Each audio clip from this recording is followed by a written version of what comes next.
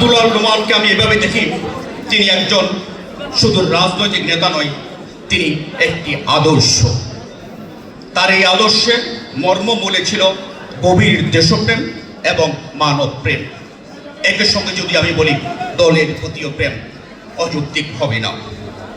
নেতৃত্বের অসাধারণ গুণাবলীর বাইরে তিনি অসম্ভব একজন সাহসী নেতা ছিলেন মানবতা দরদী, ছিলেন সংস্কৃতি মনা ও গরিবের প্রতি অত্যন্ত সহানুভূতিশীল।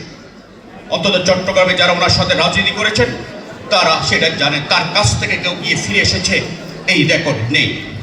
পরম সহিষ্ণুতা এবং ভিন্ন মতাবলম্বীদের প্রতি তিনি সবসময় ছিলেন একটা সহানুভূতিশীল।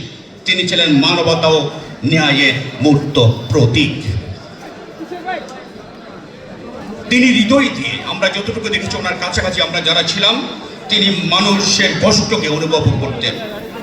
দলের প্রতি ছিল তার অগাধ আনুগত্য, যেটা আমাদের বকর ভাই বলছিলেন। দলের প্রতিটি দুঃসময়ে তিনি অসীম সাহসী নিয়ে দলের পক্ষে তিনি কাজ করে গেছেন। আব্দুল্লাহ নোমান সম্পর্কে যদি আমি বলি, তিনি এমন একজন নেতা যার কথা, আচরণ ও কাজ দেখলে যে কারো মনে হতো তিনি সত্যিকারের একজন রাজনীতিক। এখন তো সংখ্যায় নেতার কিন্তু অভাব নেই। বসুন্ধরা টিস্যু অশুদ্ধতার বিরুদ্ধে এক বিন্দুও ছাড় নয়।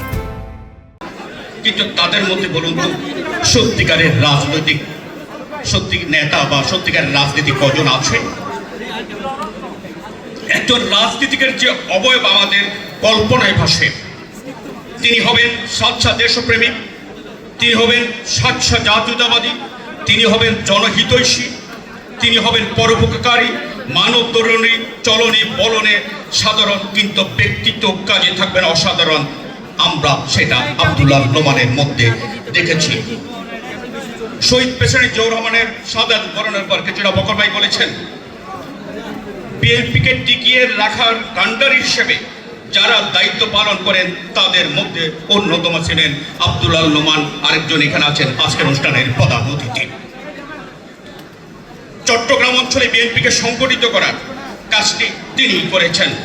তার হাত ধরেই বিএনপিতে তৈরি হয়েছে অনেক নেতা কর্মীর, কথা বাদে দিলাম, আমিও তার হাত ধরে আসা সেই স্কুল লাইফের একজন ছাত্র দলের কর্মী। সবশেষে যেটুকু বলবো, রাজনীতিতে প্রতিযোগিতা থাকে, প্রতিদ্বন্দ্বিতা থাকে। সেই প্রতিযোগিতা কখনো সুস্থ কখনো অসুস্থ। আব্দুল্লাহ নোমানের যে প্রতিযোগিতা ছিল রাজনীতিতে, সেটা ছিল সুস্থ ধারার প্রতিযোগিতা। তিনি কখনো অসুস্থ প্রতিযোগিতায় নামেননি। তিনি কর্মীদের উদ্দেশ্য করে বলতেন, কাদা মাটির দেশ, কাদা থাকবে, কিন্তু কাদা ছোড়াছুরিটা যেন না থাকে।